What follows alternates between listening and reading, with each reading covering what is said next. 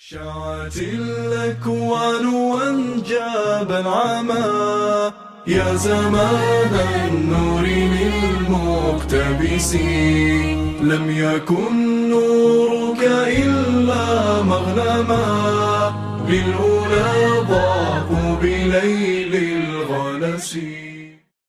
ضمنی بات یہ تھی کہ کچھ لوگ یہ خیال کرتے ہیں کہ جس طرح مرد مسجدوں میں آتے ہیں پنجگانہ نمازوں کے لیے، تراویح کے لیے اور صلاۃ عید کے لیے عیدگاہ جاتے ہیں یا مسجدوں میں آتے ہیں، اسی طرح خواتین کو بھی یہ کام کرنا چاہیے. روایتوں میں بے شک آیا ہے، لیکن روایتوں میں ایک بات قابل غور یہ ہے کہ رسول اکرم صلی اللہ تعالی علیہ وسلم کی احادیث رات میں آنے کے لیے بتا رہی ہے کہ خواتین کو آنا ہے تو رات میں آنا ہے. رات کی نمازوں میں کیوں؟ اس لیے کہ وہ زمانہ خیر کا زمانہ تھا بایمانہ کہ جو اہل ایمان تھے ان سے تو خواتین کو کوئی شر نہیں پہنچ سکتا تھا، اور جو مفسدین تھے مغرب کے وقت میں کھانے پینے میں مشغول، عشاء کا ٹائم وہ بھی ایسا ہی تھا، یا تو پھر سو جاتے تھے. فجر کی نماز کے موقع پر بھی وہ غفلت کا ٹائم ہے ان کا سونے کا، اس لیے امن تھا، فتنے سے کسی قسم کا کوئی خطرہ وطرہ نہیں تھا، لہذا رات میں نماز پڑھنے کی اجازت دی گئی تھی. ایک بات یہ ذہن میں رکھیں. اب آج کے زمانے کے ساتھ کمپیئر کریں. کیا آج کا زمانہ رات میں امن و امان کا ہے یا فتنہ اور فساد کا ہے؟ پھر دوسری بات، رسول اکرم صلی اللہ تعالی علیہ وسلم نے مردوں کو تو یہ ہدایت فرمائی کہ عورتیں اگر اجازت طلب کریں مسجد جانے کی تو ان کو منع مت کرو. تو لا تمنعوا اماء اللہ یہ جو فرمایا ہے مردوں کو کہا ہے، مردوں کو خطاب ہو رہا ہے. لیکن دوسری طرف جو خواتین ہیں تو خواتین کو یہ کہا جا رہا ہے کہ تم مسجد کے مقابلے میں اپنے حجرے میں نماز پڑھو، وہ افضل ہے، وہ بہتر ہے.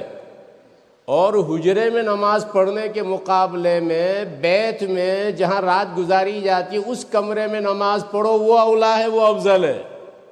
اور اس کے مقابلے میں مخدع میں کوٹھری میں تم نماز پڑھو تو وہ افضل ہے. اب دیکھیے وہی نبی بات بیان فرما رہے ہیں جو مردوں کو خطاب کر رہے ہیں، مردوں کو یہ فرما رہے ہیں کہ عورتوں کو، خواتین کو منع مت کرو. وہی نبی اور وہی پیغمبر اللہ عز و جل کا فرستادہ نبی اکرم صلی اللہ تعالی علیہ وسلم خواتین کو یہ ہدایت دے رہے ہیں کہ تمہیں نماز پڑھنا ہے تو کہاں نماز پڑھنا افضل. ابن خزیمہ رحمۃ اللہ علیہ نے مستقل ایک باب قائم کیا اور اس باب میں انہوں نے اس بات کی ترجیح بیان کی کہ مسجد نبوی میں جو ثواب ہے وہ زیادہ ثواب ملتا ہے عام مساجد کے مقابلے میں. مسجد حرام کو چھوڑ کر وہ رجال کے لیے ہے، مردوں کے لیے ہے، خواتین کے لیے نہیں ہے. اب تھوڑا ہم آگے چلتے ہیں. نبی اکرم صلی اللہ تعالی علیہ وسلم کے زمانے میں وحی آتی رہتی تھی، احکام آتے رہتے تھے بتدریج، آہستہ آہستہ، اور مردوں کو اور کام بھی ہوتے تھے، کھیت کے کام، باغات کے کام، تجارت کا کام، یہ سب کام بھی ہوتا تھا. اب جیسے مرد مکلف تھے احکام معلوم کرنے کے، ایسے ہی خواتین بھی مکلف تھیں. اس اعتبار سے خواتین کو تو پتہ نہیں ہے کہ کون سا مسئلہ آیا ہے، کون سا نیا حکم آیا ہے، تو ان کو احکام معلوم کرنے کی ضرورت تھی. اس وجہ سے ان کے لیے آنے کی پرمیشن دی اور وہ آتی تھی، احکام معلوم کرتی تھی. اور صرف احکام معلوم نہیں کرتی تھی بلکہ آپ علیہ الصلوۃ والتسلیم سے جو باتیں وہ سنتی تھی ان کو یاد رکھتی تھی اور پھر اس کی تبلیغ بھی کرتی تھی، پہنچاتی بھی تھی. تو تعلیم بھی ہو رہی تھی، تبلیغ بھی ہو رہی تھی. اور واقعی انہوں نے تبلیغ کا حق ادا کر دیا ان صحابیات نے رضی اللہ تعالیٰ عنہن.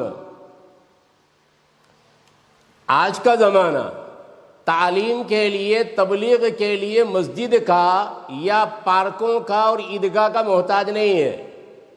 آج گھر بیٹھے بٹھایا آرام سے خواتین کی تعلیم بھی ہو سکتی ہے، تربیت بھی ہو سکتی ہے۔ اب یہ تعلیم پر اور بھی کچھ بولنا تھا، لیکن پھر اس مسئلے میں جاؤں گا تو آگے نکل نہیں پاؤں گا۔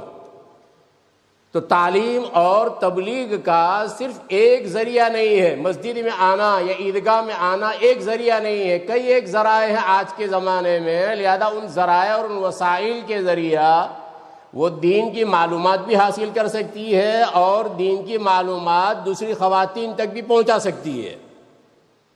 پھر رسول اکرم صلی اللہ تعالی وسلم کا زمانہ جیسے میں نے ذکر کیا خیر کا زمانہ تھا، اور اس میں وہ فتنہ اور فساد نہیں۔ آج کے زمانے میں ایسا امن و امان نہیں۔ تیسری بات یہ ہے کہ خواتین جو جاتی تھی مسجدوں میں تو پردے کے اہتمام کے ساتھ جاتی تھی، اور آج وہ اہتمام نہیں ہے جو اہتمام اس زمانے میں تھا، نبی اکرم صلی اللہ تعالی وسلم کے زمانے میں۔ پھر اس زمانے میں جو جاتی تھی مسجدوں میں بناؤ سنگار کر کے نہیں، زیب و زینت کر کے نہیں، بلکہ میلے کچیلے کپڑوں میں آنے کے لیے ہدایت دی جاتی تھی، ان کپڑوں میں وہ جاتی تھی۔ ایک تو یہ کہ میلے کچیلے کپڑے ہیں نا، پھر اوپر سے چادر ہے اور چادر کو بھی اس طرح اوڑھ رکھا ہے کہ ایک آنکھ کے ذریعے وہ راستہ دیکھ رہی ہے۔ پھر رسول اکرم صلی اللہ تعالی علیہ وسلم نے مردوں کو یہ حکم دیا تھا کہ تمہیں ٹھہرنا ہے نماز کے بعد، یہاں تک کہ خواتین چلی جاتی تھی راستے میں ان کا اختلاط نہیں ہوتا تھا، ملنا جلنا نہیں ہوتا تھا۔ اور آج کے زمانے میں پارکوں میں جہاں عید کی نماز ہو رہی ہے تو وہیں پر وہ آپس میں مل رہے ہیں، عید کی مبارکباد، وہاں عید کی مبارکباد دی جا رہی۔ یہ تو راستہ پورا گویا خالی ہو جاتا تھا، اور اب اس کے بعد مردوں کو اجازت ہوتی تھی کہ باہر نکلے۔ یہ سب چیزیں صحابہ کرام کے سامنے ہیں۔ ام المومنین حضرت عائشہ صدیقہ رضی اللہ تعالیٰ عنہ کیا یہ جرأت اور یہ جسارت اور یہ ہمت کر سکتی ہے آپ علیہ الصلوۃ والتسلیم کے اقوال کو سامنے رکھتے ہوئے کہ جو حالات ابھی خواتین نے پیدا کر دیے ہیں آپ علیہ الصلوۃ والتسلیم کے وصال کے بعد، آپ کے انتقال کے بعد، یہ حالات اگر ہوتے آج کے زمانے کے نبی اکرم صلی اللہ تعالی وسلم کے زمانے میں تو آپ منع فرما دیتے۔ جس طرح بنو اسرائیل کی عورتوں کو منع کر دیا گیا تھا مساجد سے، تو معنی اور مطلب یہ کہ وہ منشا سمجھ رہی ہے۔ حضرت عائشہ صدیقہ رضی اللہ تعالیٰ عنہ نبی اکرم صلی اللہ تعالی وسلم کے منشا کو سمجھ رہی ہے۔ اگر یہی حالات اس زمانے میں ہوتے تو آپ علیہ الصلوۃ والتسلیم ضرور منع فرما دیتے۔ حضرت عمر فاروق رضی اللہ تعالیٰ عنہ کیا ان کی یہ ہمت ہو سکتی تھی آپ علیہ الصلوۃ والتسلیم کے اقوال کو مد نظر رکھتے ہوئے کہ حضرت عمر رضی اللہ تعالیٰ عنہ اپنی ناگواری کا اظہار فرماتے؟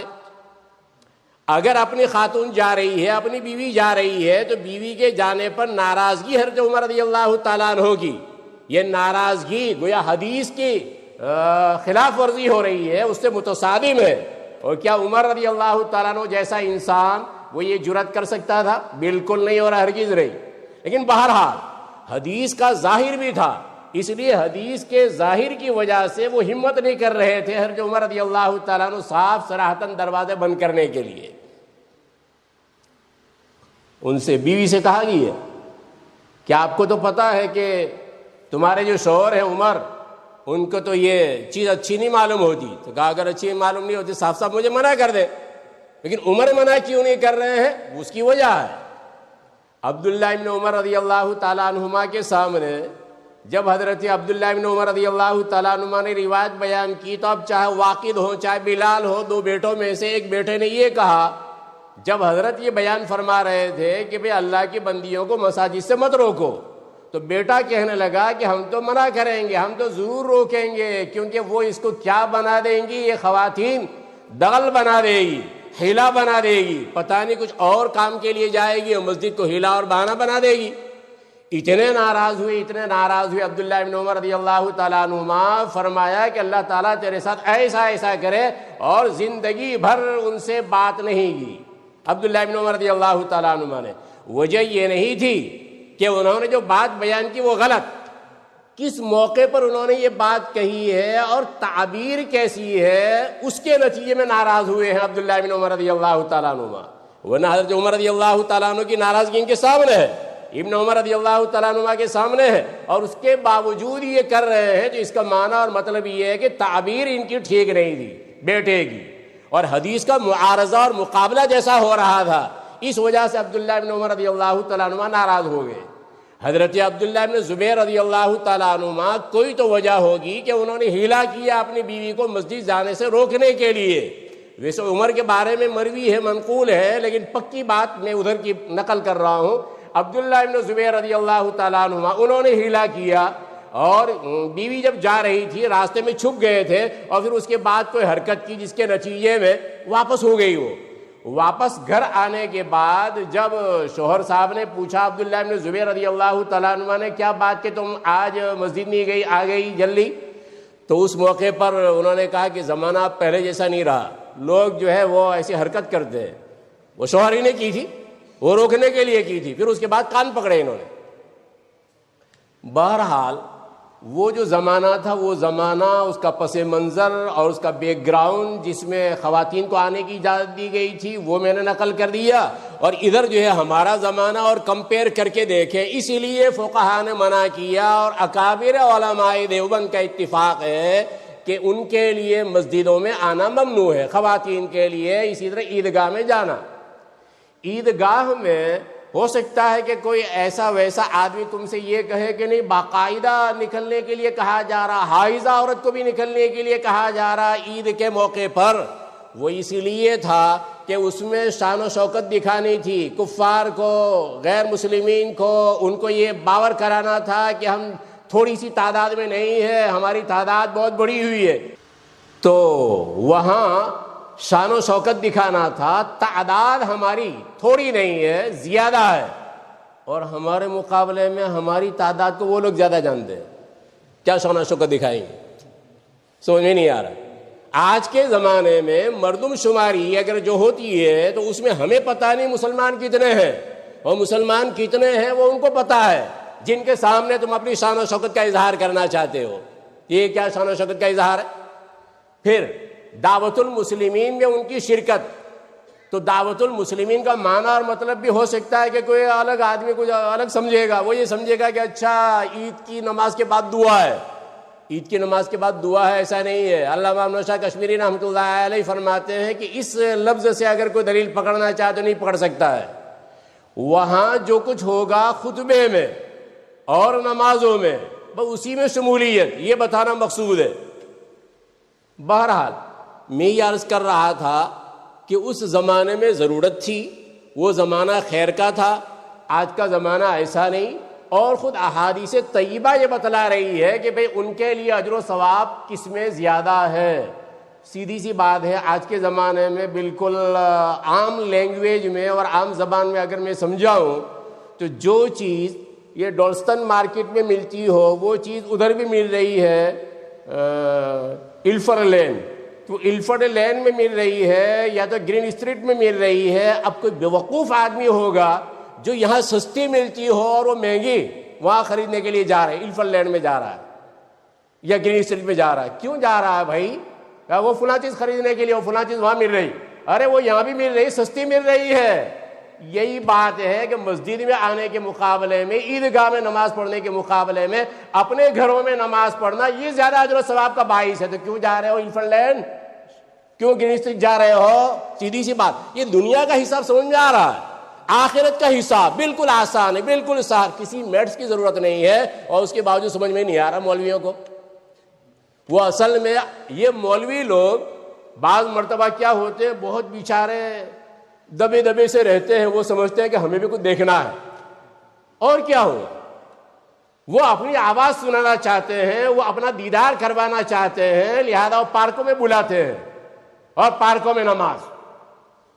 سیدھی سی بات ہے، وہ سب پردے میں تو نہیں. اب پردے میں ہو بھی تو وہ ہم سے زیادہ دیکھتی ہے. وہ اگر پردے میں ہو تو بھی وہ ہم سے زیادہ دیکھتی ہے. وہ مردوں کو تو زیادہ دیکھتی ہے ہم سے، اس لیے کہ ان کی آنکھیں تو بہرحال وہ دیکھ رہی ہے.